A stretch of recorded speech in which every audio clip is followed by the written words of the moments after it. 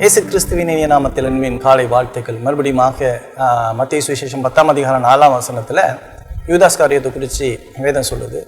அந்த வசனம் எப்படி சொல்லுது அப்படின்னு சொல்லி பார்த்தீங்க அப்படின்னு சொன்னால், அவரை காட்டி கொடுத்த யூதாஸ் காரியோத் என்பவர்கள். இந்த 12 பேரில் ஒருத்தன் யூதாஸ் அந்த இயேசுவை காட்டி கொடுத்தவன்.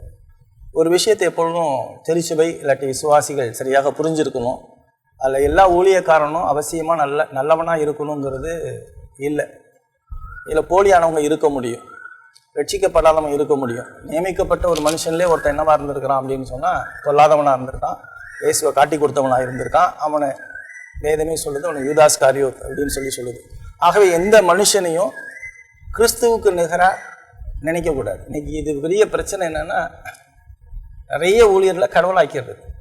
அன்றைய நாட்கள் இருந்த போப்பை போல் இன்னைக்கு எல்லாரும் ஊழியக்காரனை கடவுளாக்கிறது. அது மிகப்பெரிய ஒரு தவறு.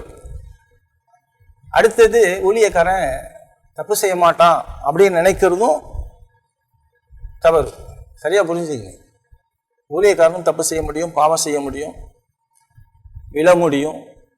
நல்லவனாகவே எல்லாரும் இருக்கிறது கிடையாது. இப்போ ஒரு நல்லவன் அப்படின்னு சொன்னால் நல்லா தெரிஞ்சுக்கணும். நல்ல ஊழியக்காரன் அப்படின்னு சொன்னால் அவன் வேதத்தை போதிக்கிறவன், வேதத்தை நிதானமாக பகுத்து போதிக்கிறவன், அவன் இயேசு கிறிஸ்துவை போதிக்கிறவன், அவன் பாவத்தை கண்டித்து போதிக்கிறவன், அவனும் அதே போல் வாழ்கின்றவன், அதே போல் வாழ முயற்சிக்கின்றவன் என்பதை கவனிச்சுக்கணும். ஆக ஒவ்வொரு ஊழியனுடைய வாழ்க்கையும் சரியாக வேதபூர்வமாக இருக்காங்கிறது நிதானித்து பார்க்கக்கூடிய ஒரு வேலை ஒவ்வொரு விசுவாசிக்கும் இருக்கிறது.